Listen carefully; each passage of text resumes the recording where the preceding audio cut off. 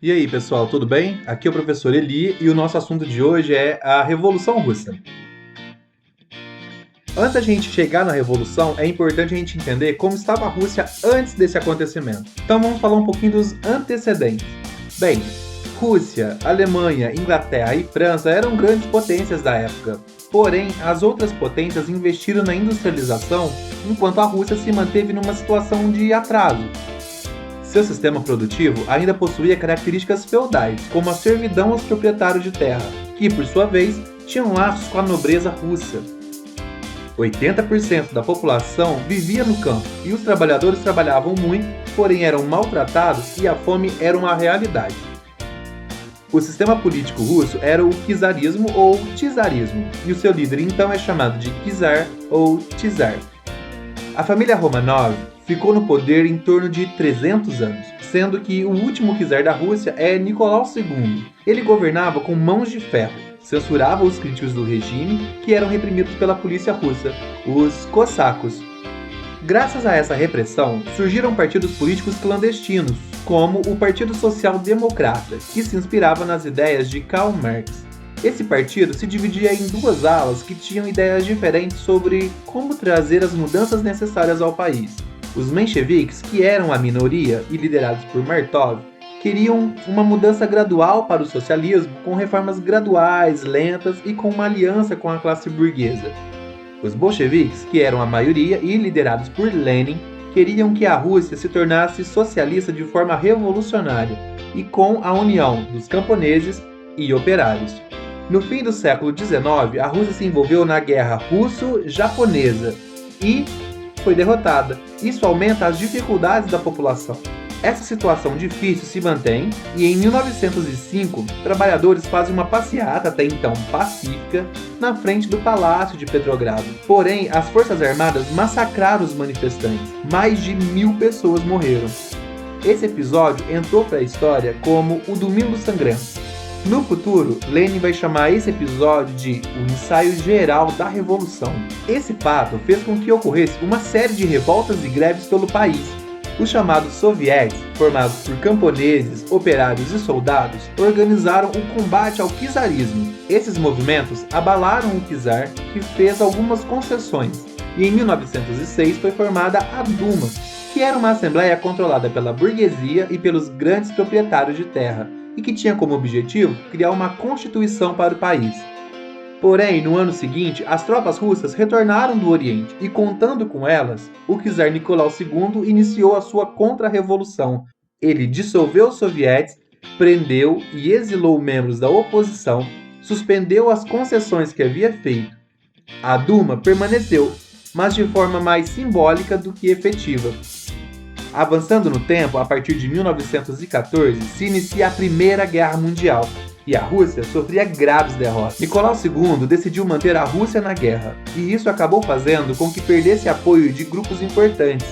A grave crise e a tensão social só aumentavam. Seus soldados começam a desacatar suas ordens. Ele tenta dissolver a Duma, mas os deputados o desafiaram.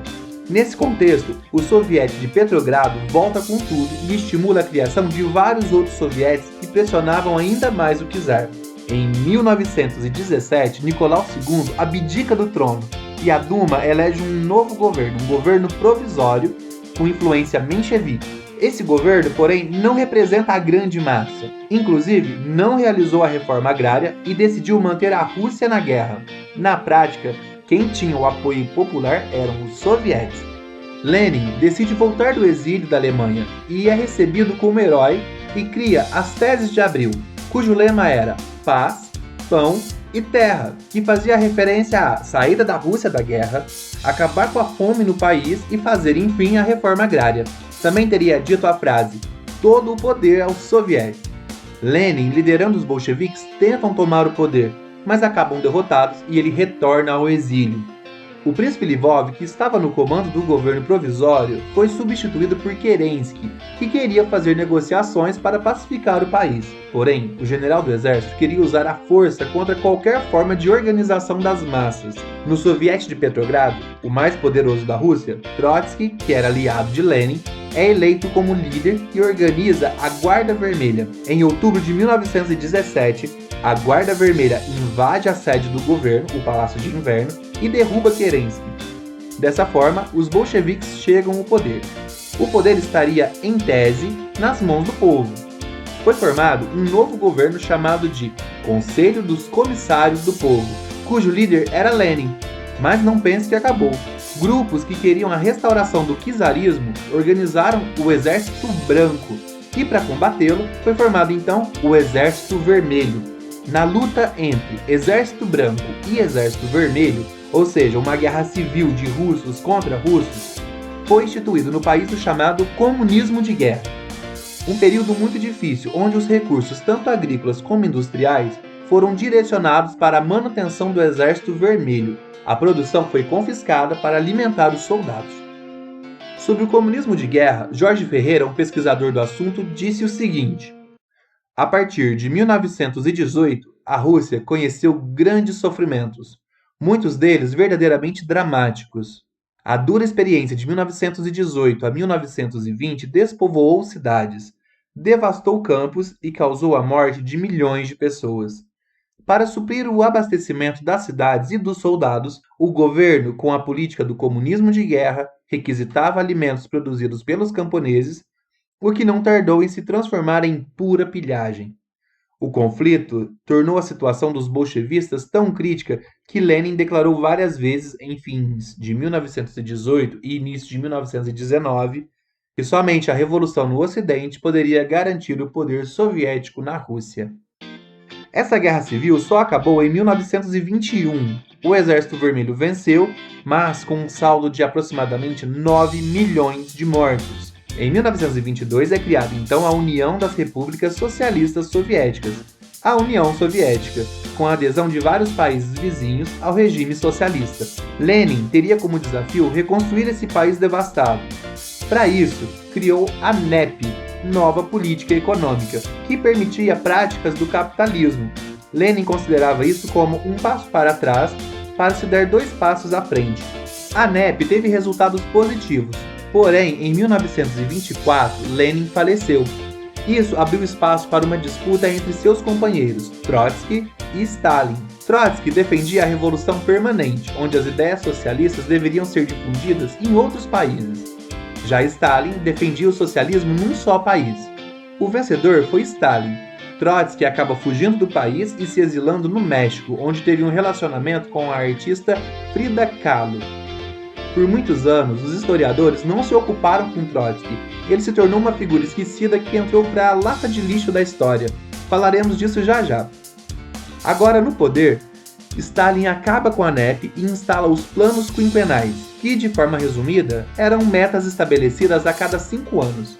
Através deles, a União Soviética investiu em indústria e coletivizou a produção agrícola.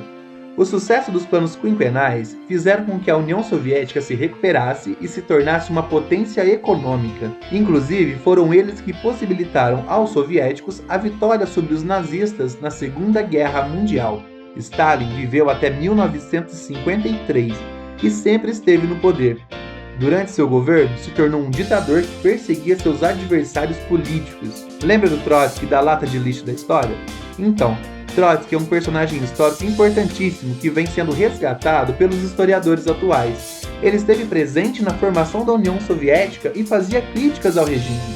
Stalin buscou apagá-lo da história, inclusive destruindo documentos e alterando fotografias como essas.